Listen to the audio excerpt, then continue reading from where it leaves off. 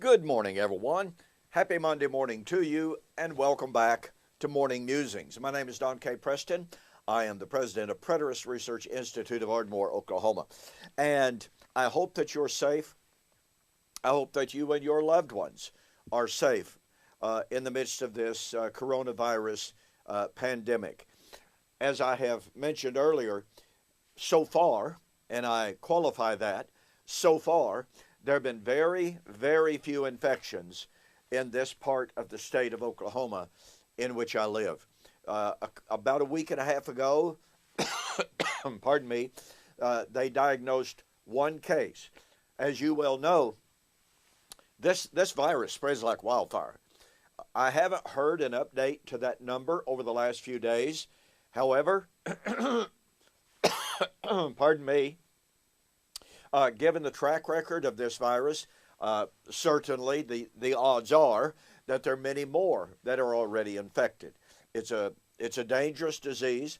I was somewhat pleased yesterday as I listened to the president's press conference that he wasn't going to lift the sanctions that are in place, going to extend the social distancing, all of the recommendations that were in place until April the 1st.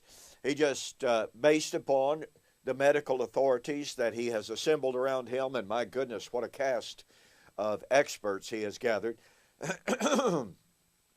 he just decided it would absolutely be the wisest course that we just not return to normal, even in those states, such as Oklahoma, in which there are very, very few cases. So please be safe, be cautious, be calm, be in prayer, okay? As I've mentioned to you, I produced a video series, audio series some years ago on the book of Philippians entitled, No Matter What Happens. Philippians 4 is in some way, Philippians, not just chapter 4, but the book of Philippians is in some ways a book of triumph. It is a book of triumph over trial. It is a book that says, as children of God, we may not have control over the external circumstances that confront us. Sometimes those things may even be unjust. They may seem cruel, such as Paul being in prison unjustly. And yet Paul could speak and say, rejoice in the Lord always, and again I say rejoice. Now, was he pleased over the unjust circumstance? No. Was he saying that the unjust circumstances were actually, quote, good, unquote?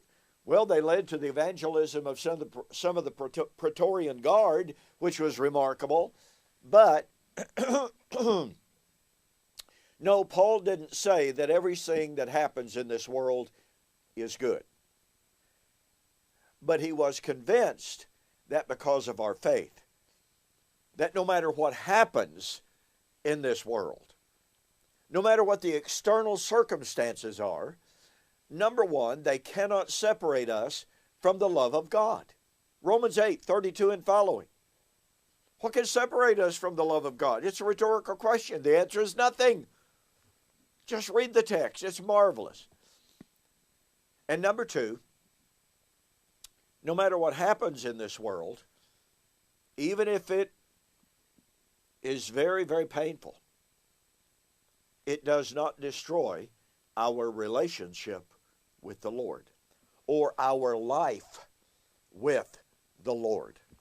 After all, Jesus said, if a man believes on me and keeps my commandments, he will never die. So just keep that in mind in the midst of the fear, the paranoia that is gripping our world. Be wise as serpents, harmless as doves, and again, constant in prayer. Okay, well, we are looking at Matthew chapter 24, verse 32. A little bit of recapitulation. as they walked out of the temple, Jesus and his apostles, Jesus had just told them that the desolation of that temple, the destruction of that temple was coming. The disciples were obviously very saddened by that, because that temple, even as Roman Tacitus, or historian Tacitus tells us, people from all over the world traveled to see the Jerusalem temple. It was incredible. So the disciples were incredibly saddened.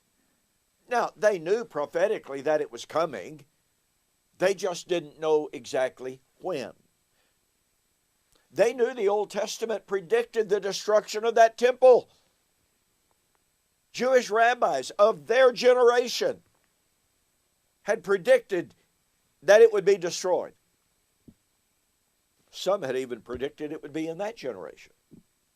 Rabbi Ben Zakkai as a good example.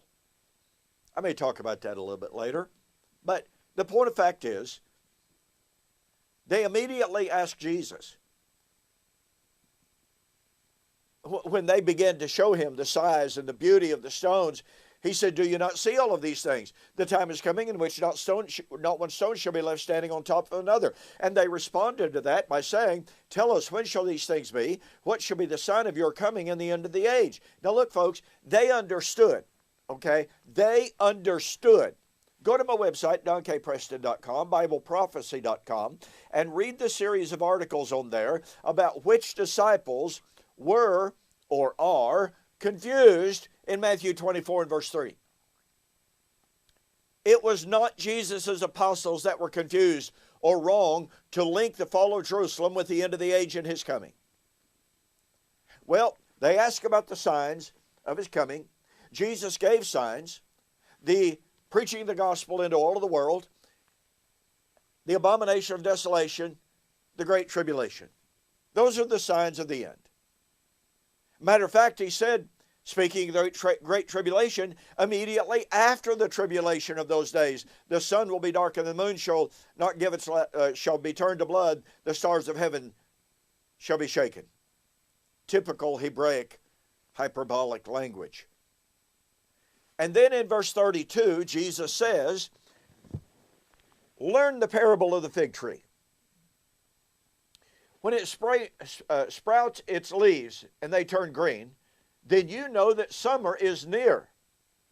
Likewise, when you see all of these things come to pass." What things? The signs they had asked about. "Then know that it," better translation of he, in other words, the coming of the Lord, "is nigh, even at the door." Now, historically, a great number of dispensationalists have said, okay, here we've got it. Because Israel is the fig tree, so Jesus was saying, when you see Israel restored, the coming of the Lord is near. Oh my goodness gracious, wait. Israel was restored in 1948. And thus, we were told over and over and over and over again. Hal Lindsey said, the restoration of Israel in 1948 is the fulfillment of Matthew chapter 24 and verse 32, because Israel is the fig tree. And when Jesus said, this generation shall by no means pass away until all of these things are fulfilled, Jesus was saying, when you see Israel restored, i.e. the fig tree's leaves turning green, then you know the coming of the Lord will happen within 40 years. Uh-oh. Uh-oh. Hal Lindsey, the late great Planet Earth, Hal Lindsey, 1980s countdown to Armageddon. And look, one prophecy pundit after another appealed to Matthew chapter 24, 32, and 33, pointing right straight to 1948 as absolute proof positive that 1948 was the great sign that the coming of the Lord was to occur in 1988. Or Hal Lindsey, as the time drew near, Hal Lindsey began to hedge. He said it would, 1988 didn't happen, but it will most assuredly happen by the year 2000. But it didn't happen, did it? Do you know, I wrote an article some years ago, and I'm almost out of time here, but I wrote an article some years ago. It's on my website, donkpreston.com, bibleprophecy.com, entitled The Loss of Argumentation. The Loss of Argumentation. And I made the point that with the passing of time, many of what have been considered the key foundational arguments of dispensationalism have been proven wrong. I mean, after all, Y2K. There's 6 days of creation. Each day represents 1,000 years. The world has stood for almost 7 years. The millennium will begin on the 7th day. That's Y2K. That's the year 2000. You remember all the paranoia? You remember all the fear? I mean, every computer in the world is going to crash. The rapture is going to take place. The world is going to end. You know what? My computer didn't crash. Nothing eschatological happened. So they lost that argument, didn't they? Dispensationalists lost what had been up to that point one of their absolutely fundamental doctrines. Well, do you know what?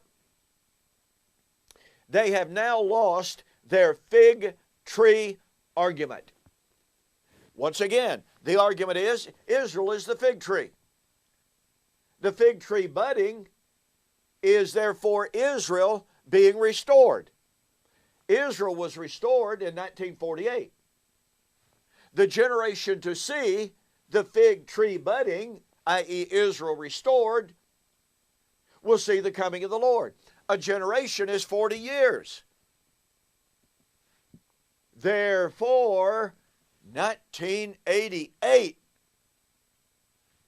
Oops. They've lost that argument. So what did Hal Lindsey do? Well, he came back and he said, really, honestly, a generation can be as long as 70 years. Well, that didn't work, did it? So what did he do?